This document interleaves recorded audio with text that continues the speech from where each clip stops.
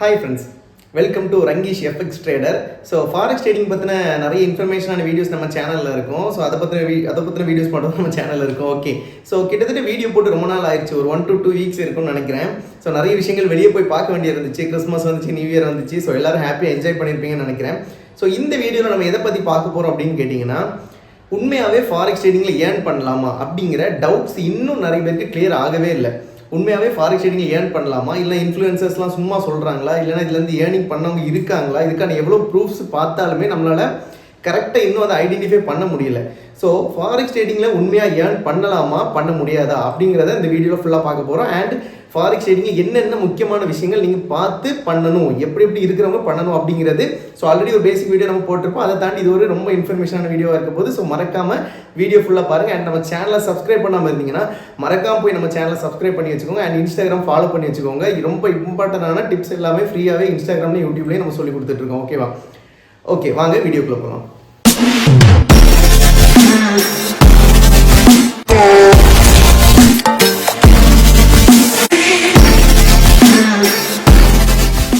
Okay, நம்ம என்ன அப்படின்னா, இந்த ஃபாரெக்ஸ் ட்ரேடிங்குள்ளே என்ன நடக்குது, ஸோ ஃபாரெக்ஸ் ட்ரேடிங்கில் பை பண்ணுறது மூலமாக என்ன கிடைக்குது, செல் பண்ணுறது மூலமாக நம்ம என்ன கிடைக்குது, ஒரு பை ஆப்ஷன் சொல்கிறாங்க, ஒரு செல் ஆப்ஷன் சொல்கிறாங்க. ஸோ இது மூலமாக நம்ம எப்படி ப்ராஃபிட் பண்ண முடியுது, அண்ட் இது வந்துட்டு இந்தியாவில் லீகலாக உண்மையாகவே பண்ணலாமா, ஒரு ஃபாரெக்ஸுங்கிறது ஃபாரினில் மட்டும் தானே பண்ண முடியும், இந்தியாவில் லீகலாக இதை பண்ணலாமா, அது என்னென்ன ப்ரோக்கர்ஸ் இருக்காங்க, இப்படி நிறைய குழப்பங்கள் இன்னும் நம்ம மக்கள் மத்தியில் இருந்துகிட்டே இருக்குது. ஸோ இதுக்கு இன்னும் ஒரு கரெக்டான டெஃபினிஷன் யாருக்குமே தெரியல. அதை நம்ம கமெண்ட்ஸை பார்க்குறப்பவே உங்களுக்கு தெரிஞ்சிருக்கும்.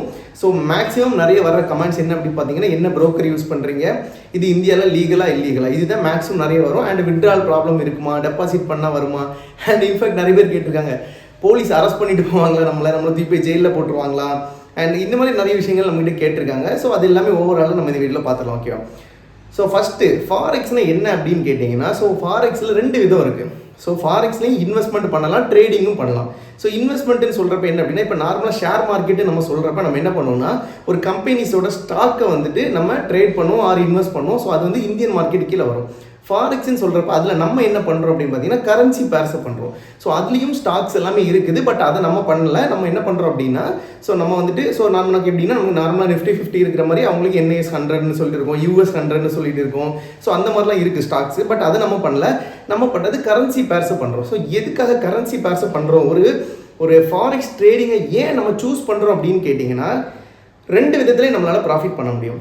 ஸோ பைனரி அப்படின்னு சொல்லுவாங்க, பைனரி ட்ரேடிங் சொல்லுவாங்க. பை பண்ணுறது மூலமாகவும் நம்மளால் ப்ராஃபிட் பண்ண முடியும், செல் பண்ணுறது மூலமாகவும் நம்மளால் ப்ராஃபிட் பண்ண முடியும். அது எப்படி அப்படின்னு கேட்டிங்கன்னா, ஃபார் எக்ஸாம்பிள் ஒரு சிங்கிள் கரன்சி ஆர் ஒரு சிங்கிள் ஸ்டாக்கை நம்ம வாங்கி வச்சுருந்தோம் அப்படின்னா, அந்த கரன்சியை நம்ம வாங்கி வச்சு அதோட வேல்யூ ஏறினா தான் நமக்கு அங்கே ப்ராஃபிட் கிடைக்கும், இல்லைனா நமக்கு ப்ராஃபிட் கிடைக்காது. பட் இந்த இடத்துல என்ன நடக்குது அப்படின்னா, நம்ம ஒரு கரன்சி பேர் அங்கே சூஸ் பண்ணுறோம். EUR USD, XAU USD அப்படின்னு சொல்லிட்டு கரன்சி அண்ட் கோல்டு கமோடிட்டிஸ் இந்த மாதிரி சூஸ் பண்ணுறோம். இந்த இடத்துல என்ன நடக்குது அப்படின்னா, ஸோ 2 இதோட டிஃபரன்ஸை நம்ம பார்க்குறோம். ஓகேவா? ஃபார் எக்ஸாம்பிள் EUR USD நம்ம சொல்கிறோம் அப்படின்னா, EUR நம்ம பர்ச்சேஸ் பண்ணி வச்சுருந்தோம்னா USDயோட வேல்யூ இறங்குறப்ப யூரோட வேல்யூ ஏறும். ஓகேவா?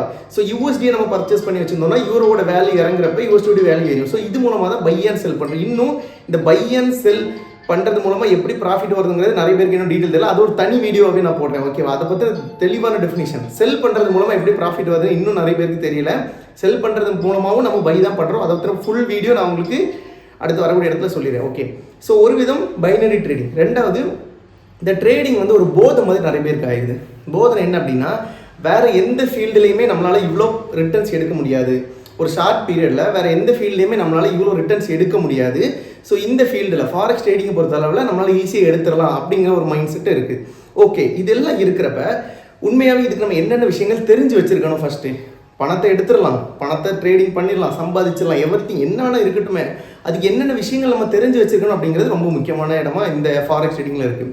ஸோ அதுக்கு என்னென்ன தெரிஞ்சு வச்சுருக்கணும், எந்தெந்த ஸ்கேம்ஸில் போய் நம்ம மாட்டக்கூடாது அப்படிங்கிறதுலாம் நமக்கு தெரியணும். ஃபஸ்ட்டு விஷயம் அப்படின்னா ஃபாரெக்ஸ் ட்ரேடிங்னா என்ன அப்படிங்கிறது ஓரளவு தெரியணும். ஸோ இது வந்து ஃப்ரீ வீடியோஸ் நிறைய இருக்குது. அது இது ஓகே, ஃபாரெக்ஸ் ட்ரேடிங்னா என்னன்னு தெரிஞ்சிருச்சு. எந்த ப்ரோக்கர் நம்ம சூஸ் பண்ணணும், அண்ட் இது இந்தியாவில் லீகலாக கிடையாது. இந்தியாவில் ஃபாரெக்ஸ் ட்ரேடிங் லீகல் கிடையாது. அது லீகல்னு யாரும் ப்ரொமோட் பண்ணவும் கூடாது. ஓகேவா? ஃபாரெக்ஸ் ட்ரேடிங் வந்து இல்லீகல் தான், பட் அதை பண்ணக்கூடாது அப்படின்னு சொல்லிட்டு யாரும் பேன் பண்ணலை. அதாவது ஃபாரெக்ஸ் ட்ரேடிங் இங்கே பண்ணிக்கலாம், பட் அது லீகலாக எந்த ஒரு ரூல்ஸுமே அது பண்ணுறதுக்கு கிடையாது. அண்ட் அது மூலமாக நீங்கள் ஏதாச்சும் ஒரு காசை ஏமாந்தீங்கனாலோ, தெரியாத ப்ரோக்கரில் போட்டிங்கனாலோ, ஏதாச்சும் ஒரு காசு ஏமாந்துச்சுன்னா நீங்கள் போயிட்டு எங்கேயுமே லீகலாக ஒரு ஆக்ஷன் எடுக்கவும் முடியாது. ஆர்பிஐ எந்த ஒரு ஹெல்ப்பும் உங்களுக்கு பண்ணக்கூடாது. ஓகேவா? ஸோ நம்ம நாட்டோட கரன்சிஸ் வச்சு பண்ணிக்கலாம், ஐஎன்ஆர் வச்சு யூஎஸ்டி அது மாதிரி பண்ணிக்கலாம். But other currencies EUR USD இந்த மாதிரி கரன்சிஸ்லாம் பண்ணுறப்ப அதுக்கு லீகலாக எந்த ஒன்றும் கிடையாது. ஓகே, இதெல்லாம் தாண்டி எப்படி அதை நம்ம பண்ணுறோம் அப்படின்னு கேட்டிங்கன்னா, ஒரு கொஞ்சம் வருஷமாக, ஸோ ஃபார் எக்ஸாம்பிள் என்ன சொல்கிறோம் அப்படின்னா, புதுசாக ஒரு வியாபாரி உள்ள ஒரு இடத்துக்கு வரான் அப்படின்னா அந்த வியாபாரியை நம்ம நம்ப மாட்டோம். பட் தலைமுறையாக ஒரு வியாபாரி நம்மக்கிட்ட பண்ணிகிட்டு இருக்கான். அவன் வெளியூர் வியாபாரியாகவே இருந்தாலும் அவன் தலைமுறையாக நம்மக்கிட்ட பண்ணிகிட்டு இருக்கான். நமக்கான கரெக்டான சம்பளத்தையும் கொடுத்துட்றான், நமக்கான கூலியும் கொடுத்துட்றான் அப்படின்னா அவனை நம்ம ஒரு நம்பிக்கையின் பேரில் வச்சுருக்கோம்.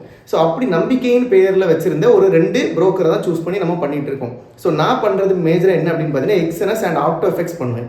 ஸோ எதுக்காக இந்த புரோக்கரை சூஸ் பண்ணுறோம் அப்படிங்கிறத நீங்கள் தெரிஞ்சுக்கணும் அப்படின்னா, ஃபஸ்ட்டு விஷயம் ஸ்ப்ரெட்டுனா ஒன்றும் இல்லை, ப்ரோக்கரேஜோட கமிஷன். ஃபார் எக்ஸாம்பிள் நீங்கள் ஒரு ஆர்டர் பிளேஸ் பண்ணுறீங்க அப்படின்னா அந்த ஆர்டர் நீங்கள் பிளேஸ் பண்ணுறப்பவே -20 தான் பிளேஸ் ஆகும். ஸோ சில பேருக்கு $2 இருக்கும் ஸ்ப்ரெட் வேல்யூ. ஸோ அந்த ஸ்ப்ரெட் வேல்யூ தான் அந்த ப்ரோக்கரேஜோட கமிஷன். இன்னும் அதை இன்டெப்த்தாக சொல்ல போனால், நீங்கள் வந்துட்டு 2.20 ஒரு ஆர்டர் வந்துட்டு எனக்கு க்ளோஸ் ஆகணும்னு போட்டிருந்தீங்க அப்படின்னா 2.20 வராமல் 2.40 வந்தால் தான் அந்த ஆர்டர் க்ளோஸ் ஆகும். ஏன் அப்படின்னு கேட்டிங்கன்னா, அந்த 20 வருது இல்லை, அந்த 20 cents தான் அந்த ப்ரோக்கரேஜோட ப்ராஃபிட்டை அவன் எதை சூஸ் பண்ண, அதை தான் ஸ்ப்ரெட் வேல்யூ. இந்த ஸ்ப்ரெட் வேல்யூ எங்கே கம்மியாக இருக்குதோ அந்த ப்ரோக்கரேஜ் நம்ம சூஸ் பண்ணணும். அதுக்கப்புறமா எங்கே வந்துட்டு வித்ட்ரால் ப்ராப்பராக கொடுக்குறான், அந்த வித்ட்ராலுக்கு என்னென்ன கொஸ்டின்ஸ் கேட்காம கொடுக்குறான், அந்த வித்ட்ராலுக்கு எவ்வளோ அமௌண்ட்டு கொடுக்குறான், மினிமம் டெபாசிட் எவ்வளோ பண்ணலாம். இப்போ ஆப்டோஎஃப்எக்ஸை பொறுத்தளவு $1500 மினிமம் டெபாசிட் பண்ணிக்கலாம். வித்ட்ரால் பண்ணதுக்கு $5 இருந்தாலே பண்ணிக்கலாம்.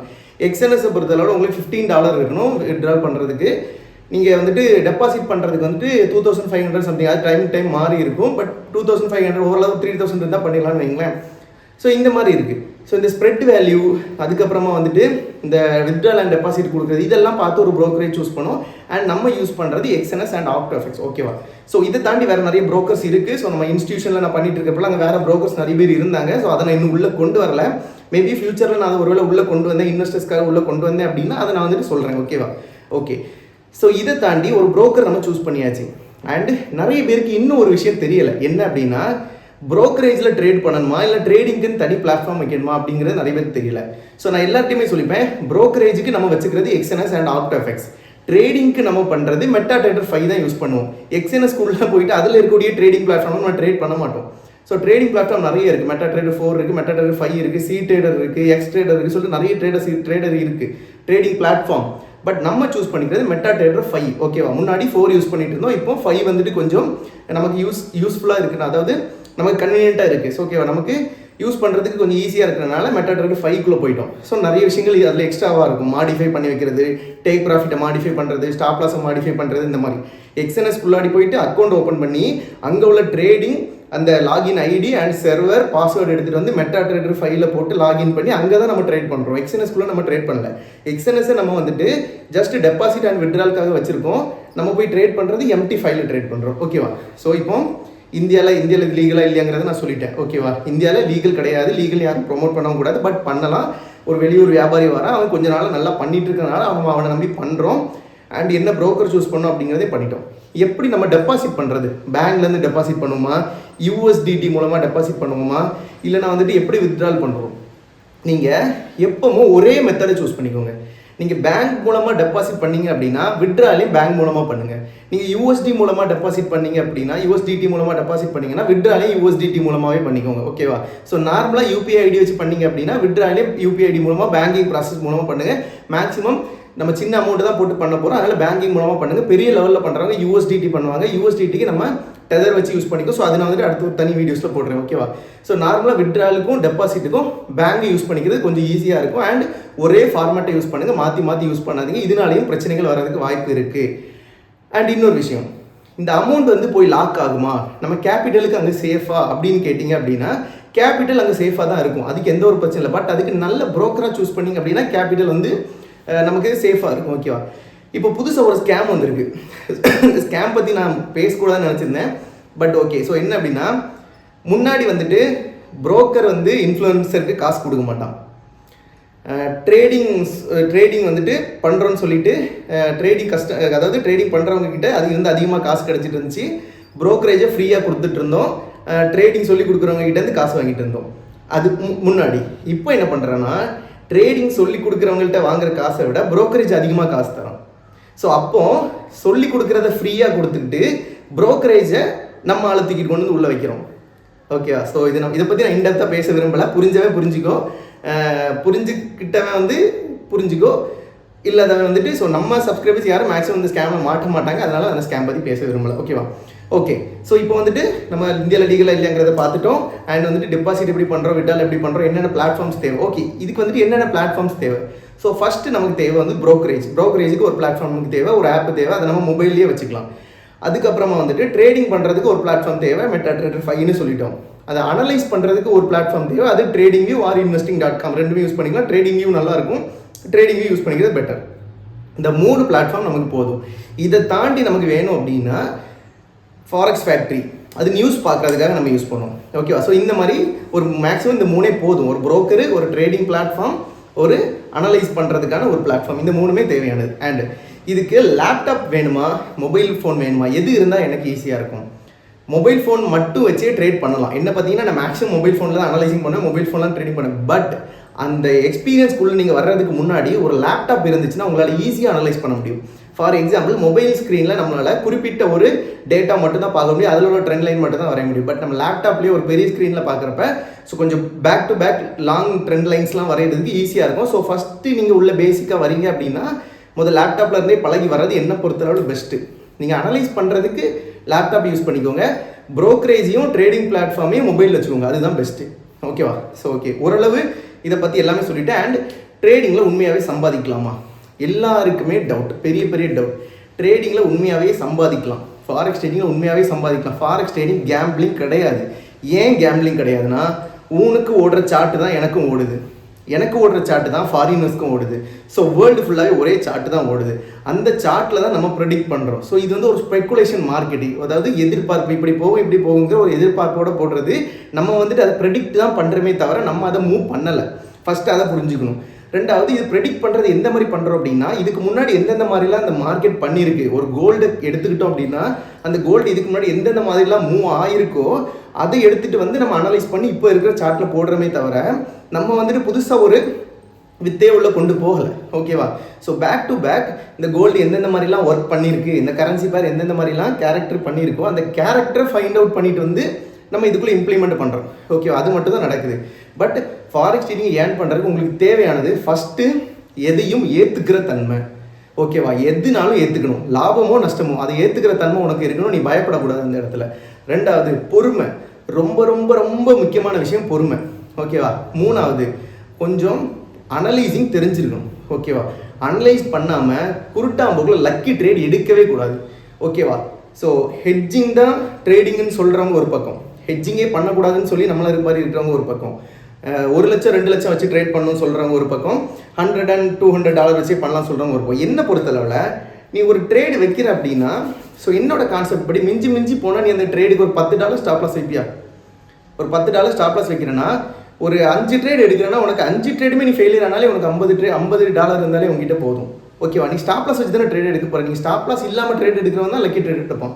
லக்கி ட்ரேடுன்னு சொல்ல முடியாது. ஸோ மேக்ஸிமம் நானும் நிறைய இடத்துல ஸ்டாப் லாஸ் இல்லாமல் எடுப்பேன்.